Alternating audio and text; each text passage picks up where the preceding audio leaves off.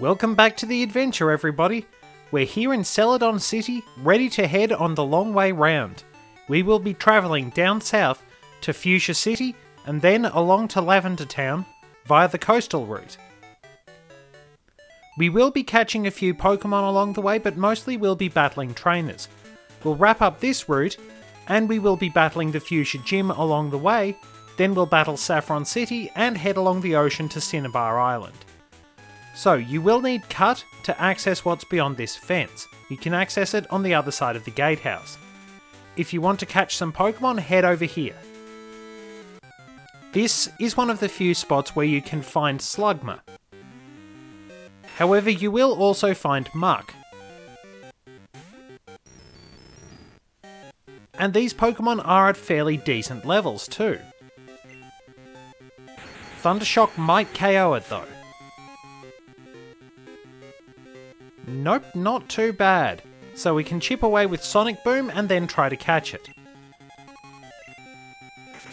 Polari is a good choice for the most part, owing to the fact he can resist poison moves completely. Sorry about the cut there. Just had to adjust a couple of things with the microphone. All good though. Anyway, one more Sonic Boom ought to do the trick. As you can see, no problem for Poison Gas. But of course, make one wrong move and Muck will kick your grass. Wonder if anyone will actually remember that. We'll put it to sleep before we try and catch it, and then we can actually go and find Slugma. I've been looking forward to catching it because whoops, what am I doing? We're looking for Sleep Powder. I have been looking for it because I like Slugma a lot, as my Spotlight mentioned. I had been trying to get a Spotlight on Slugma for a while, so you got one anyway because I actually had everything prepared. I quite enjoy making those little segments. Anyway... Nope, not quite. Not as smooth as the last two catches we had. The last recording session actually went fairly smoothly for captures.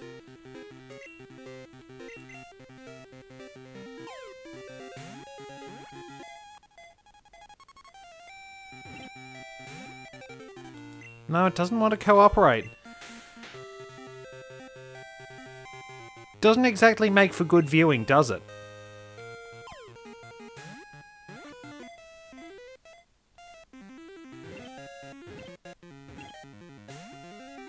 No, this one's a toughie.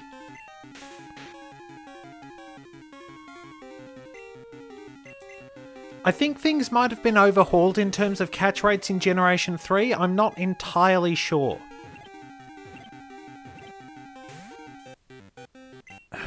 This is starting to get a bit ridiculous.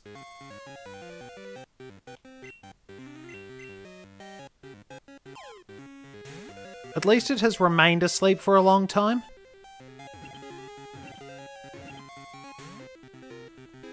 Really now?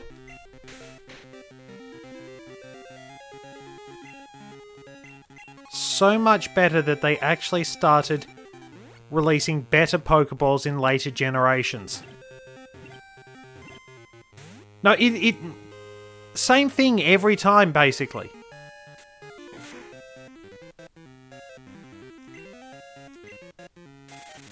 So that it was asleep for, what, 6 turns? So on Red Health, I'm using the best Pokeballs available to me. Sometimes you'd swear I'm running into legendary Pokemon.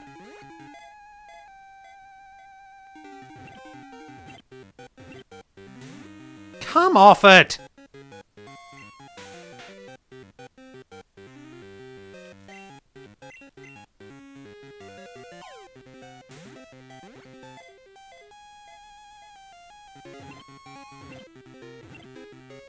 Finally!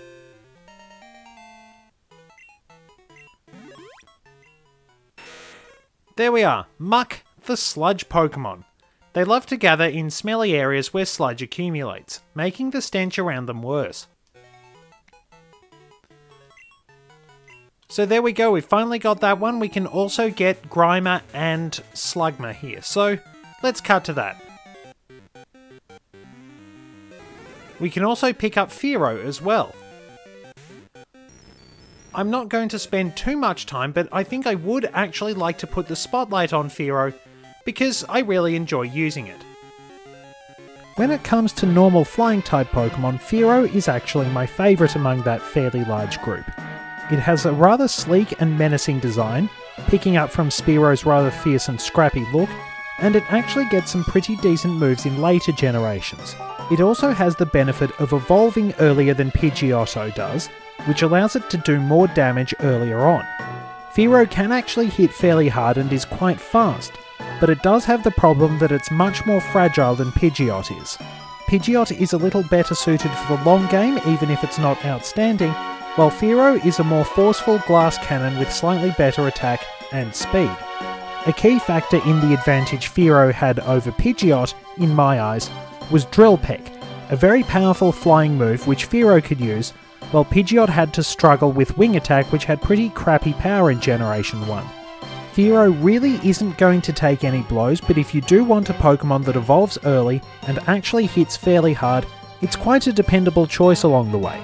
It won't really take any blows, but its great flying moves, coupled with the useful Drill Run from Generation 5 onwards, will see it through. And now, let's run away from it. Leave it in peace as we search for more Pokemon.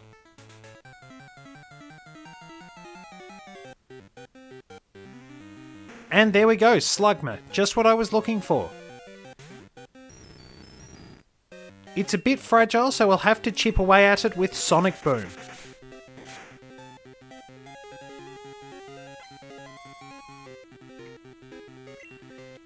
Makes you wonder, given a lot of its entries mention it has to keep moving because otherwise its body will cool and harden, if it uses Harden, shouldn't that essentially make it freeze up? And not like, as in, ice freeze up, be unable to do anything sort of freeze up.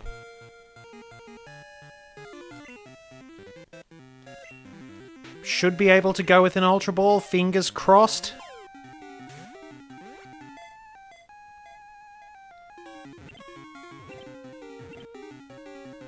Much easier. Much, much easier. So there we are, Slugma, the lava Pokemon. It never sleeps. It has to keep moving because if it stopped, its magma body would cool and harden. So yeah, that makes you wonder exactly how does using Harden affect it. Of course, this is the Pokemon world, so logic doesn't apply here. Anyway, let's grab Grimer and then we'll keep going. Alright, we'll see how a Thunder Shock goes. Actually, I probably shouldn't see how a Thunder Shock goes. I should chip away with Sonic Boom. I am going to err on the side of caution.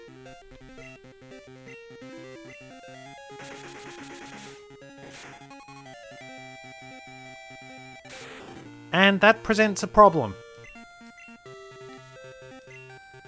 You know what? I'm going to throw and hope.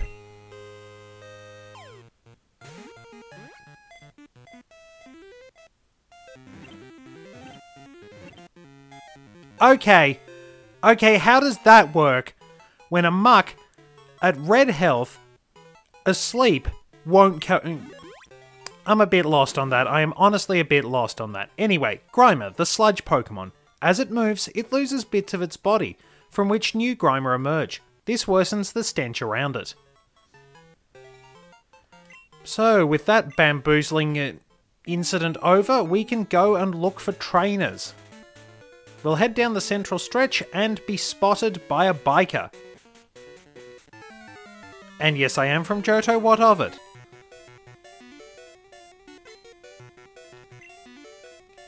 One opponent and it's wheezing. Polari is well suited to taking out this guy's Pokemon, unless Thunder misses. But Wheezing exploded anyway.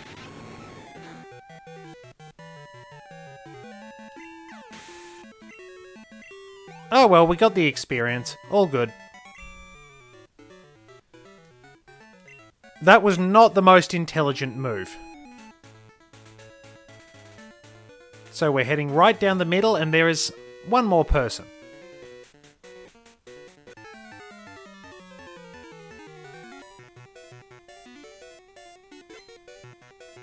Polari is probably not going to win any races, but he is pretty useful on the defense.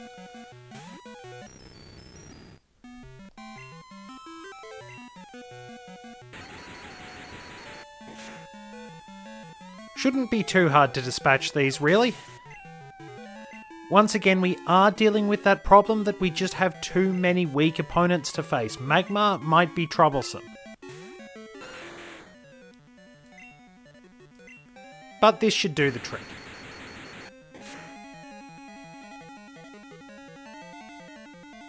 Or not. Jeez.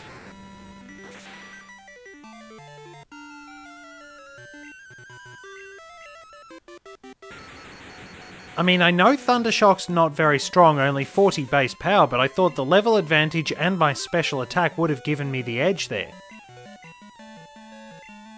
It's a bit awkward.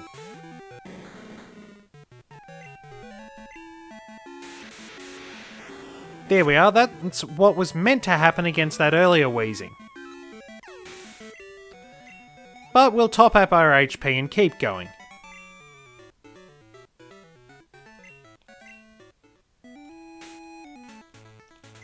And let's see, we have one super potion left. That'll do for the time being.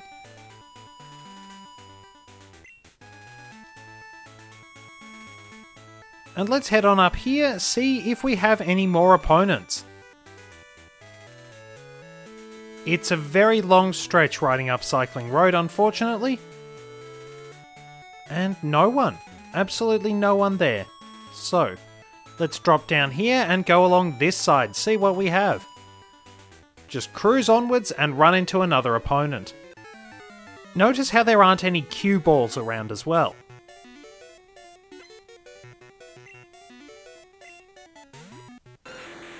Another Magmar. These weren't commonly used in Generation 1. I'm not sure if any trainers actually had Magmar.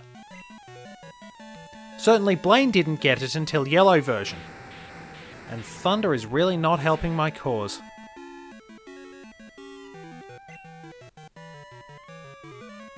I'm not going to risk it, I've got to switch to Mersey.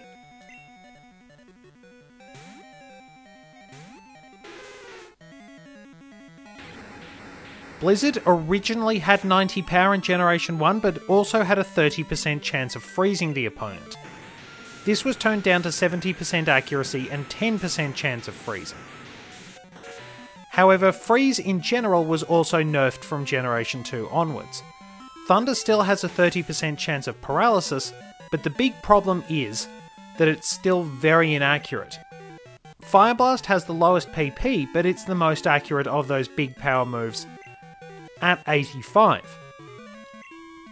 Hydro Pump has 80, I believe, which is a bit better, but most of the time, people are going to rely on Surf, Ice Beam, Thunderbolt, and Flamethrower, especially since the latter three became TMs, and Surf was always available as an HM. They have been dropped in power a little bit, but then again, so have the powerful ones. The super powerful ones, I mean. Anyway, there we go, let's top Polari up again. It's doing a good job. I just have to rely on a pretty terrible move because this is not Crystal version. No, I want to move that way.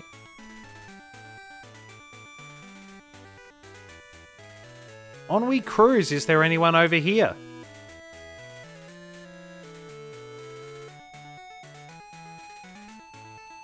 We've battled that guy, so we just have to move on.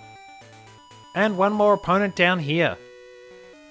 Worth noting, there were probably this many opponents or more at the top of Cycling Road in Red and Blue. You actually had a really good mix of opponents.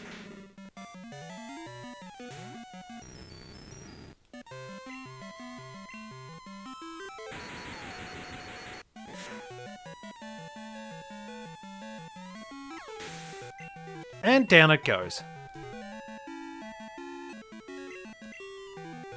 Charmeleon. Let's see, I should be able to rely on this, hopefully. At least having Spark would be fine in this game.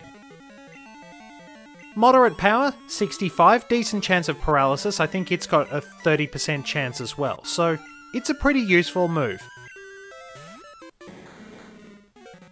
And let's see, just go for Thunder Shock anyway.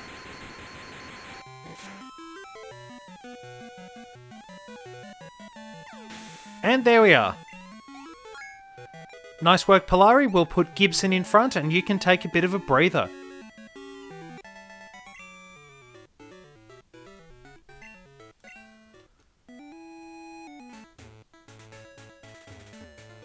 So there we are, that wraps up Cycling Road. And there are trainers just to the west of Fuchsia City. We'll defeat them and head on into the city to wrap things up. Gibson's going to take the lead. We'll give him the amulet coin as always. Might as well make as much money as possible. But he will be facing flying opponents, I believe.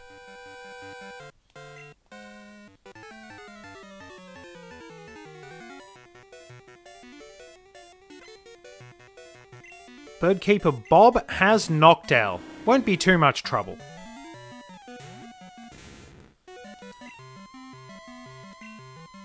Couple of good hits with Slash should take care of it because Noctowl has decent special defense.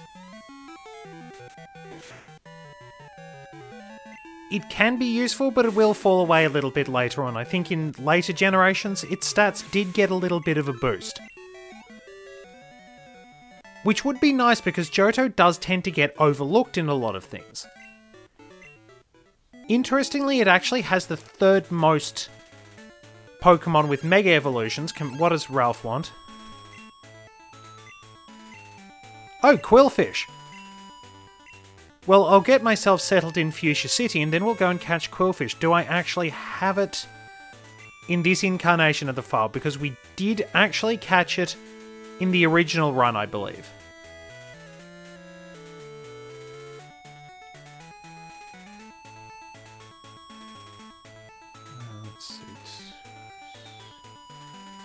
No, we don't, so we might as well wrap it up and catch it for this. I think you've seen its Pokédex entry, but we'll just make sure.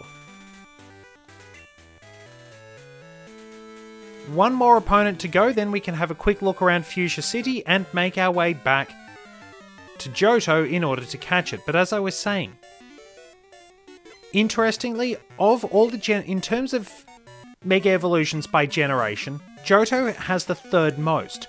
Problem is, that amount is 6. Sinnoh is next after it with 5.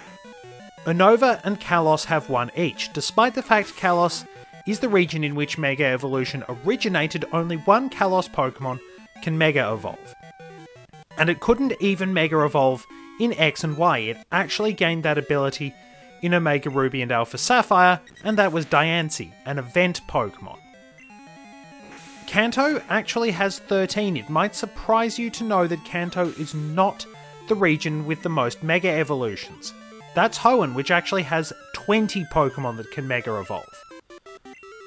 Most of them are pretty much based on popularity. And while Johto's Pokemon are pretty good, they do often get left in the dust, because they're sort of sandwiched in between the original Pokemon and all the distinct designs that more distinct designs that came along in later generations. Not to say that Johto lacks distinct designs. It's perhaps that in terms of popularity, its Pokemon tend to get left behind because they have to compete with the original 151. I mean, look at my team. Obviously I've got my starter, but I've got Dash and that's about it. Pretty much all the Pokemon I commonly use are from the original 151, with the exception of the likes of Lantern and that.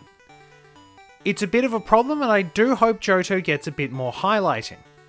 It would be especially nice to see some Johto Pokemon get some Galarian forms.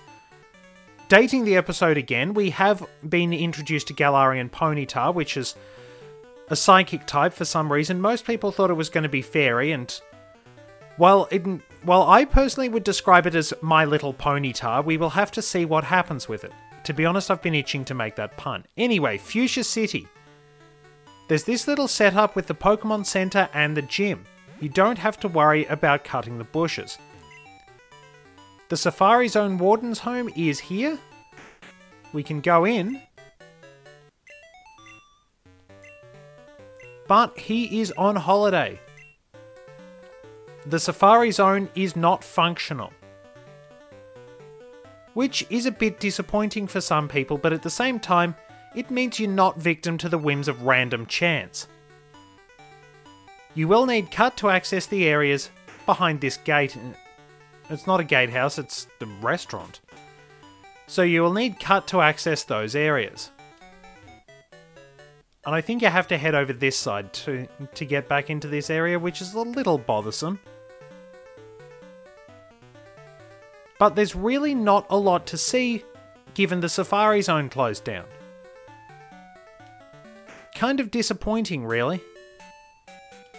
There is the gym battle, but we will take care of that later. So tell you what, I will see you on Route 32 in Kanto, just to wrap it up with that catch. Alright, here we are on Route 32 and time to do some fishing. Well, first catch of the day, what's it gonna be?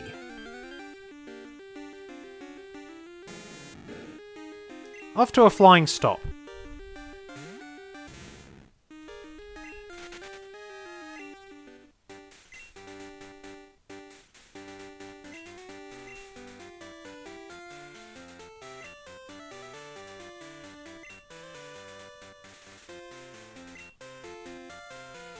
Alright.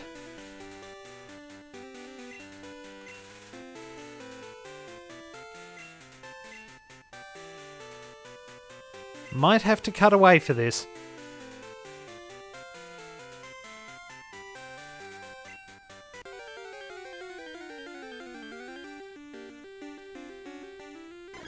Nope, there we go.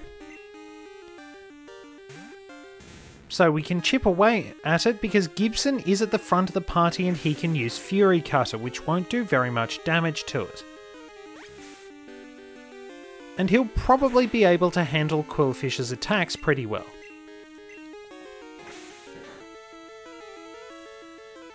Okay, one more ought to do the trick, especially if it's used Harden.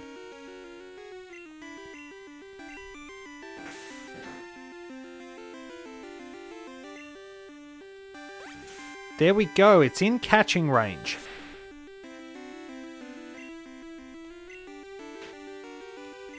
If needs be, I will bring out Sunny.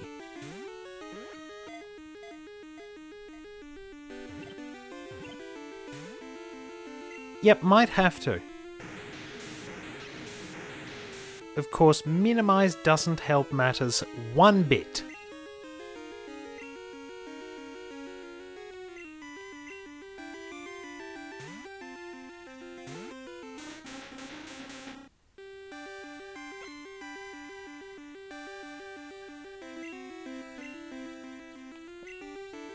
Okay, sleep powder hit, that's good.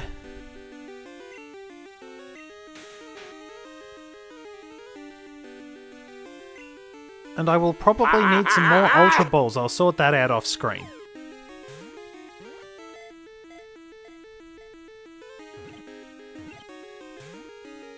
Nope. This is gonna get very annoying very quickly.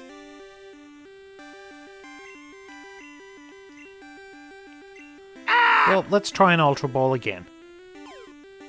I'll try putting it to sleep again if that doesn't work. Nope, didn't work.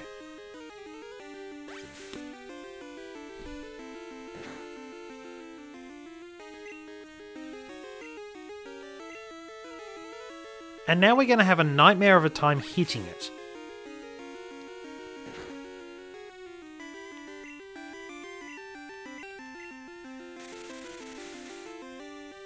Oh well. It works, at least. Alright, this is already dragging out long enough, Quillfish.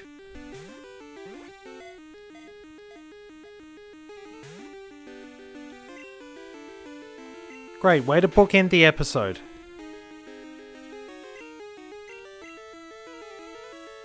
Oh, wait a minute.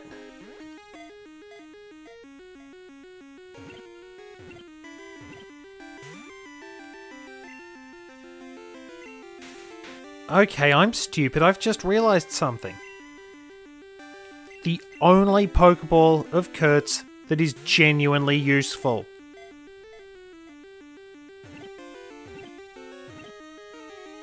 And it works. Thank you, Kurt. You can actually do something right. So there we are, Quillfish, the balloon Pokemon. To fire its poison spikes, it must inflate its body by drinking over 2.6 gallons of water all at once. So, next time you see me, we will be back in Fuchsia City, ready to take on the gym. Thank you very much for joining me, and I'll see you for the next installment of our scenic tour through the Kanto region, with occasional stopovers in Johto as needed.